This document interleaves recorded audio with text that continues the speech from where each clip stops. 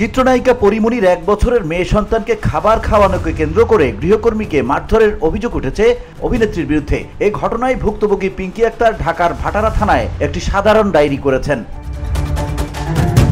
বৃহস্পতিবার এই জিডিটি করেন পিঙ্কি আক্তার। বসুন্ধরা, উত্তরা, বনশ্রী, কুড়িল ও বাড্ডা সহ রাজধানীর বিভিন্ন স্থানে অভিজাত ও অত্যাধুনিক মানের ফ্ল্যাট কেনার এক নির্ভরযোগ্য প্রতিষ্ঠান pleasant properties limited.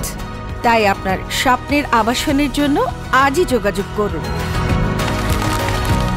Pleasant properties limited, where destiny matches eventually। ভাটারা থানার অফিসার ইনচার্জ মোহাম্মদ মাজহারুল ইসলাম জিডির বিষয়টি নিশ্চিত করে বলেন, চিত্রনায়িকা পরিমণির বাসার এক গৃহকর্মীকে নির্যাতনের অভিযোগ উঠেছে। এ বিষয়ে ওই গৃহকর্মী থানায় একটি জিডি করেছে। বিষয়টি আমরা তদন্ত করে দেখছি। VOD Bangla news desk.